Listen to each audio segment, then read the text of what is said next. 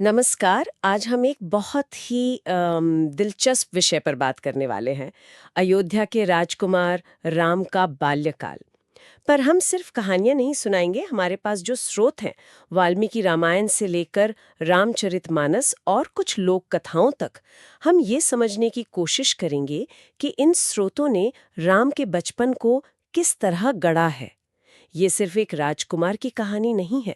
ये इस बात की पड़ताल है कि एक बालक में देवत्व की छवि को स्थापित कैसे किया गया।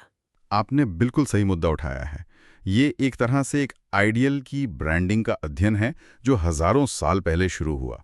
वाल्मीकि रामायण में हमें एक आदर्श पुरुष, एक मर्यादा पुरुषोत्तम की नींव दिखती है, जबकि सदियों बाद जब तुलसीदास मानस लिखते हैं तो भक्ति आंदोलन का प्रभाव दिखता है और वही राम एक दैवीय अवतार के रूप में और ज्यादा उभर कर सामने आते हैं।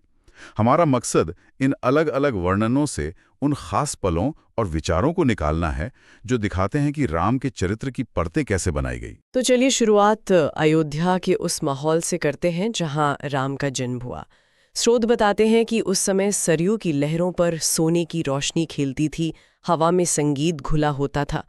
लेकिन मुझे एक सवाल आता है, क्या ये भव्य वर्णन कि पूरा नबर और प्रकृति जश्न मना रहे थे, हमें वाल्मीकि के मूल टेक्स्ट में भी इतनी ही शिद्दत से मिलता है, या इसे बाद के भक्ति केंद्रित ग्रंथों में ज्यादा जोर दिया गया है? नहीं, ये सवाल बहुत अच्छा है। वाल्मीकि का वर्णन ज्यादा संयमित है। वो एक महान राजा के घर एक योग्य पुत्र के जन्म का उत्सव बताते हैं, लेकिन रामचरितमानस में तुलसीदास इसे एक ब्रह्मांडीय घटना बना देते हैं। अच्छा। वहां सिर्फ अयोध्या नहीं बल्कि देवता भी उत्सव मना रहे हैं। और ये जो बदलाव है ना, ये बहुत महत्वपूर्ण है। वाल्मीकि एक आदर्श मनुष्य की कहानी लिख रहे हैं, जबकि तुलसीदास का लक्ष्य जन्म से ही ईश्वर के अवतार को स्थापित करना है। इसीलिए मानस में हमें ये पंक्ति मिलती है कि जब कौशल्या राम को गोद में लेती हैं तो ऐसा लगता है जैसे स्वयं धरा मां बनकर मुस्कुरा रही हो।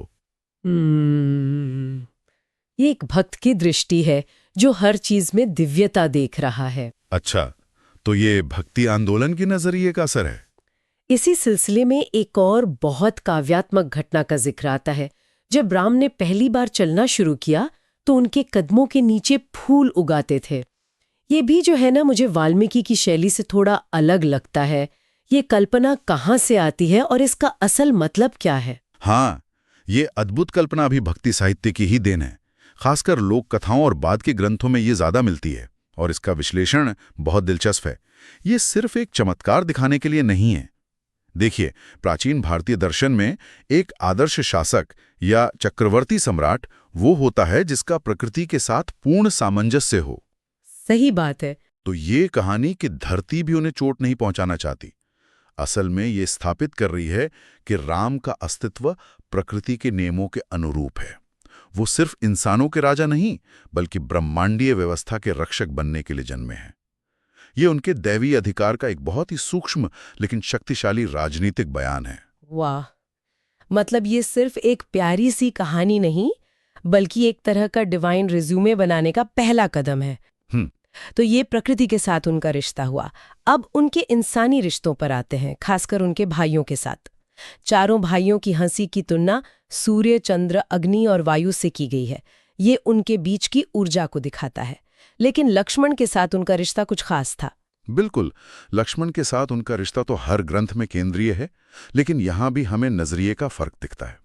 वाल्मीकि में लक्ष्मण का राम के प्रति समर्पण, कर्तव्य, निष्ठा और गहरे भ्रातृ प्रेम से प्रेरित है। वो एक आदर्श अनुज है।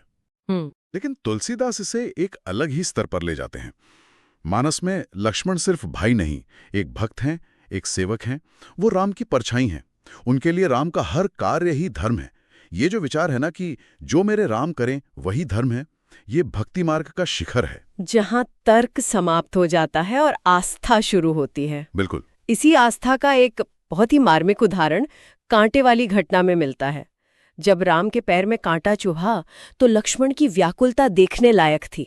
उन्होंने अपनी माँ से कहा, माँ, ये कांटा राम को कैसे चुभा, मुझे क्यों नहीं? ये कहानी तो मतलब दिल को छू जाती है। लेकिन अगर आज के नजरिए से देखें तो क्या कोई इसे एक तरह की सहनिर्भरता या अपनी पहचान खो देना मान सकता है? उस समय के दर्शक इसे कैसे देखते होंगे? ये एक जरूरी सवाल है। आधुनिक मनोविज्ञान के चश्मे से यह रिश्ता जटिल लग सकता है, लेकिन उस समय के सामाजिक और आध्यात्मिक संदर्भ में यह पहचान का विलयन कमजोरी नहीं बल्कि समर्पण की उच्चतम अवस्था थी। अच्छा। सेवा और निस्वार्थता उस संस्कृति के सबसे बड़े मूल्य थे। तो लक्ष्मण का चरित्र ये सिखाने के लिए गढ़ा गया कि जब आप किसी आदर्श के प्रति स्वयं को पूरी तरह समर्पित कर देते हैं तो आपका अपना अस्तित्व भी महान हो जाता है। उस दिन अयोध्या ने केवल एक भाई का प्रेम नहीं देखा, बल्कि स्रोतों के अनुसार उस अटूट निष्ठा का पहला दर्शन किया जो आने वाले युगों की रेखा खींचने वाली थी। तो ये भविष्य में लक्ष्मण की भूमिका की नींव रख रहा था। हाँ, बिल्कुल। समझ गई। तो ये व्यक्तिगत भावनाओं से ज्यादा एक दार्शनिक आदर्श को स्थापित करने का तरीका था। भाइयों से आगे बढ़कर अगर प्रजा के साथ उनके रिश्ते की बात करें तो स्रोतों में एक लाइन आती है, वो राजा की छाया नहीं, जनता की सांस थे। ये बहुत बड़ी बात है, सिर्फ एक राजकुमार के लिए ऐसा कहना। हाँ, और ये लाइन बहुत सोच समझ कर लिखी गई है। राजा की छाया का मतलब है अधिकार और सत्ता का प्रतीक होना, लेकिन जनता की सांस का मतलब है जीवन का आधार होना। ये उनके शासन के मॉडल को परिभाषित करता है, टॉप डाउन नहीं बल्कि बॉटम अप। वो महल में रहने वाले राजकुमार नहीं, बल्कि लोगों के बीच घूमने वाले, उनका दुख दर्द समझने वाले व्यक्ति के रूप में दिखाए गए हैं। और शायद इसी को साबित करने के लिए वो घायल पंछी वाली घटना का जिक्र आता है। जब महल में घायल पंछी गिरा तो सैकड़ों सेवकों के होते हुए भी उसे राम ने उठाया और सहलाया। बिल्कुल। और यहाँ फिर से विश्लेषण जरूरी है। ये सिर्फ करुणा की कहानी नहीं है, ये प्रजा को ये संदेश देने का एक तरीका है कि उनका होने वाला राजा कितना सुलभ और संवेदनशील है। ये एक पॉलिटिकल पैरेबल है एक तरह से। अच्छा। उस घटना के बाद स्रोत कहते हैं कि अयोध्या ने जाना कि राम केवल मनुष्यों के ही नहीं, पूरी प्रकृति के रक्षक हैं। ये उनके अधिकार क्षेत्र को पूरी सृष्टि तक फैला देता है। हाँ। ये उस राम राज्य की नींव है जहां सिर्फ इंसान ही नहीं, हर जीव सुरक्षित महसूस करता है। ये उनके शासक के रिज्यूमे में एक और महत्वपूर्ण बिंदु जोड़ता है। ठीक है, तो हमने देखा कि उनमें करुणा थी, प्रकृति से जुड़ाव था और रिश्तों में गहरा समर्पण था। अब उनके बालपन में छिपे ज्ञान की बात करते हैं। कहा जाता है कि उनके खेल भी धर्म का पाठ बन जाते थे। बच्चों के झगड़े सुलझाने की उनकी क्षमता अद्भुत थी। हाँ, और जो बात इसे और भी गहरा बनाती है वो है उनका तरीका। वो किसी जज की तरह फैसला नहीं सुनाते थे। वो दोनों पक्षों को सम्मान देते, उनकी बात सुनते और फिर कोई ऐसी सरल बात कहते कि बच्चे खुद ही समाधान निकाल लेते। ये नेतृत्व का एक बहुत ही परिपक्व मॉडल है, एम्पावर करना, डिक्टेट न करना। और जब उनसे पूछा गया कि वे ऐसा कैसे कर लेते हैं, तो उनका जवाब था, जब मन शांत हो तो उत्तर भीतर से आता है। मतलब ये किसी बच्चे का जवाब तो बिल्कुल नहीं लगता, ये तो किसी योगी या दार्शनिक का सूत्र है। आपने सही पकड़ा, ये वेदांत का सार है। बाद के ग्रंथों का एक उद्देश्य ये भी था कि राम के चरित्र में ज्ञान, भक्ति और कर्म तीनों मार्गों का संगम दिखाया जाए। एक बालक के मुंह से ऐसे शब्द कहलवाकर ग्रंथकार ये स्थापित कर रहे हैं कि राम को ये ज्ञान किसी गुरु से मिला नहीं, वो इसके साथ जन्मे थे। बिल्कुल। उनका ज्ञान अर्जित नहीं बल्कि सहज था। यह उनके अवतार होने का एक और प्रमाण है जो उनकी उम्र और अनुभव से परे है। और फिर वो निर्णायक क्षण आता है जब गुरु विश्वामित्र महल आते हैं। ये राम की नियति का पहला सार्वजनिक प्रदर्शन था। मुझे उस दृश्य के बारे में सोचकर हैरानी होती है। एक 12 साल का बालक और उसके सामने देवताओं के लिए बना धनुष। यहाँ मुझे एक बात जाननी है, विश्वामित्र का वहां होना इतना महत्वपूर्ण क्यों था? ये काम तो उनके अपने गुरु या पिता भी कर सकते थे। विश्वामित्र का चुनाव बहुत प्रतीकात्मक है। याद रखिए, विश्वामित्र जन्म से ब्राह्मण नहीं थे। वो एक क्षत्रिय राजा थे जो अपनी तपस्या के बल पर ब्रह्मर्षि बने। हाँ, सही बात है। वो इस बात का प्रतीक हैं कि महानता जन्म से नहीं, कर्म से भी पाई जा सकती है।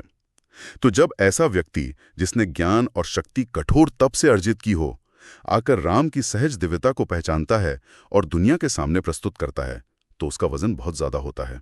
अच्छा, ये एक भारी, निष्पक्ष और सर्वोच्च सम्मानित अथॉरिटी का सर्टिफिकेशन है। ये तो मैंने सोचा ही नहीं था। तो विश्वामित्र एक तरह से उनकी दिव्यता पर मुहर लगा रहे थे। और जब राम ने उस धनुष को उठाया तो वो हल्का हो गया।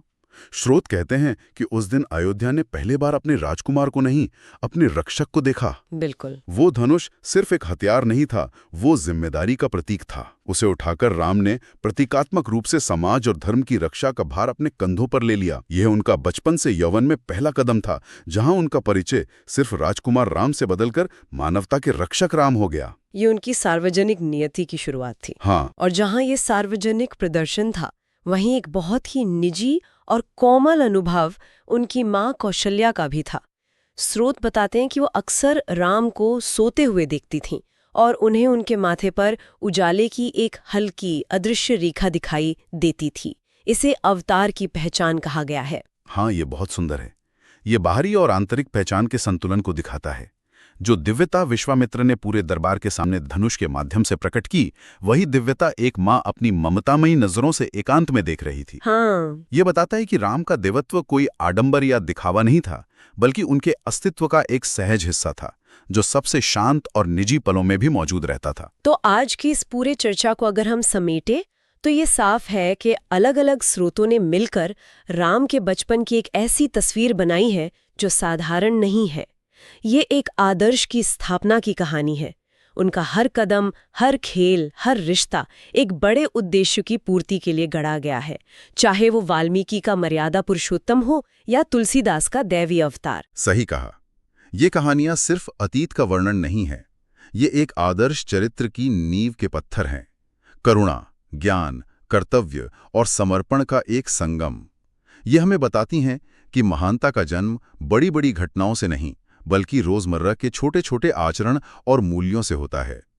अयोध्या के लोगों का ये कहना कि राम जब हमारे बीच चलते हैं तो हवा भी कोमल हो जाती है, उनके सूक्ष्म लेकिन गहरे प्रभाव को दर्शाता है। कि उनका होना ही अपने आप में एक सकारात्मक बदलाव का प्रतीक था। हाँ, स्रोत इस विचार के साथ समाप्त होते हैं कि काश हम उस समय जीवित होते। ये एक गहरी चाहत है उस आदर्श को अनुभव करने की। और इसी से जुड़ा एक विचार शायद हम श्रोताओं के लिए छोड़ सकते हैं। किसी एक व्यक्ति के आदर्श बचपन की स्मृतियां, चाहे वो पौराणिक ही क्यों न हो, हजारों वर्षों तक एक पूरी संस्कृति और उसके मूल्यों को कैसे आकार दे सकती हैं। और आज के दौर में जहां हम अक्सर नायकों की कमियों और उनके मानवीय पहलुओं पर ज्यादा ध्यान देते हैं, वहां बचपन से ही गढ़े गए ऐसे निस्वार्थ और करुणामय आदर्श की क्या प्रासंगिकता रह जाती है? ये सोचने वाली बात है।